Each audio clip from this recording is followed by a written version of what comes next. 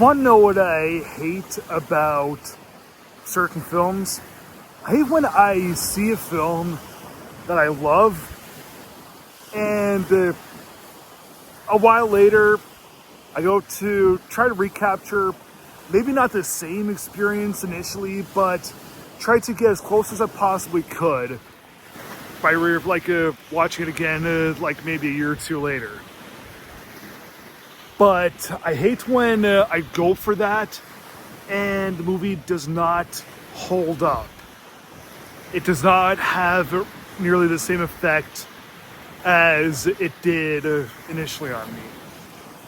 And such is the case with 2017, whatever, the film The Rider by Chloe Zhao. So Chloe Zhao, she's done quite a few films with Nomadland being her biggest so far. And yeah, 2018, because even though it's filmed in 2017, it had a big release in 2018, so that's what I'm going to call The Rider. Yeah, I didn't really think that 2018 was really that good of a film in terms of more humane things.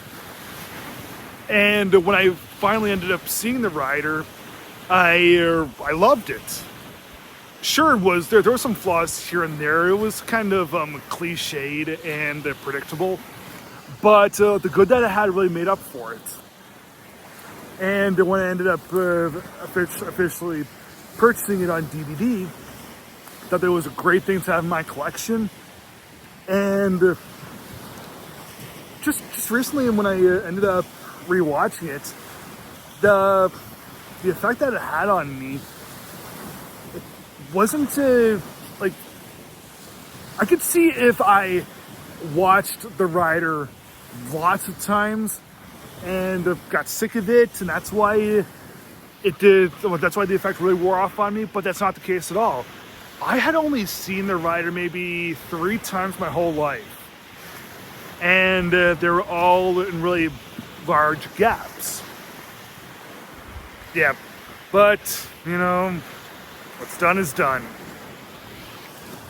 So The Rider is it's a neo-realist film that takes place in the heart of America. It's a very Americana sort of film about the rodeo circuit. It takes place in the American flatlands, I guess you could say. And it's loosely based on a real thing with lots of real things that come into account. So the movie stars Brady Jandreau as he's a non-professional actor, but he's mighty fine in this. It's a great amateur acting job. It stars him, his real father, his real younger sister, and some actual friends of his. So Brady is just an awesome rodeo guy. He's living as a cowboy in the prairies, where Brady just loves to ride his horses, go to the bars with his friends, and then after a while go back to his family's mobile home. All seems okay with him. But he was at this rodeo tournament where a really bad accident happened. He got his a really bad head injury.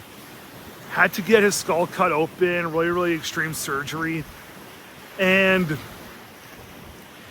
because we see him right when he's home, and we see the staples in his head and the blood, and we see him on his road to recovery.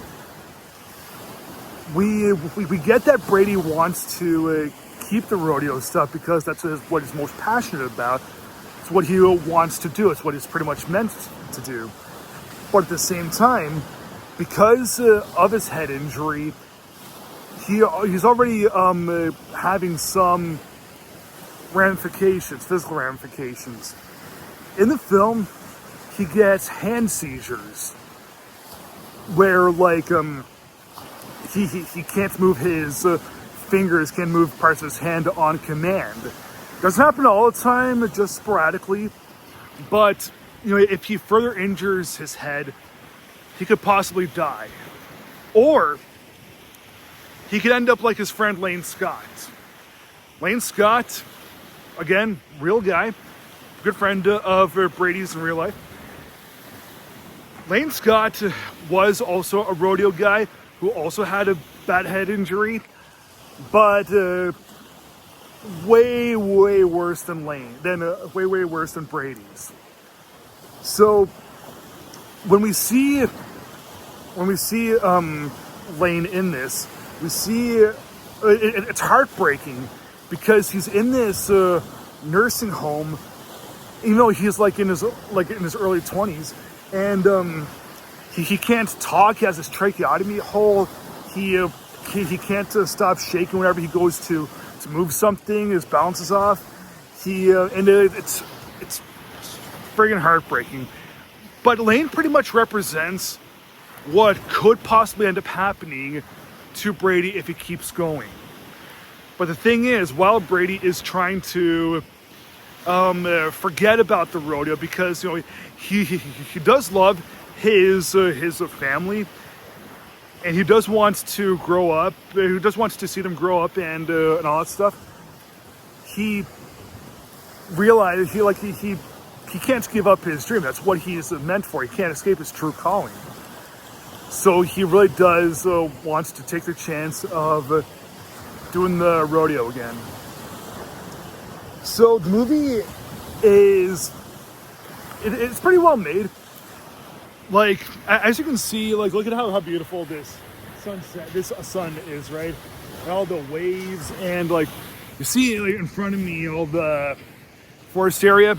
So it's a very, like, I'm located in a very beautiful spot. And in the movie, there's no beaches or anything. It's beautiful clouds, beautiful plains, beautiful fields. And yeah, all that stuff does look great. And we see some really nice looking horses going by. And because the movie is so, is practically real, like, I don't know how, like, where the fiction begins and the nonfiction stuff starts, but it is worth seeing just for some originality, because, like, okay, the movie's plot line and its formula is not original at all, but the idea of a movie about the rodeo, that's pretty original. And the fact of this movie kind of being like an American neorealism film, that's also really good stuff. But, and also the performance by Brady Jandreau, he's wonderful here. And, all the other people that are in this, like Brady's real father, his real sister, Lane Scott, they're all mighty fine here. But I don't know, for some reason, the distance that I felt, my most recent 2 watches actually, they just did not hold up for me the same way that they did when I initially saw it. So yeah, even though I did have some reservations when my first couple of watches with this about the arc and the predictability of everything, now I have one more reservation that weighs more, but at the same time, there's a little too much good in this film for me to flip my thumb with. Hear me, bit? So yeah, I do feel like giving The Rider from 2018 3 stars out of 4.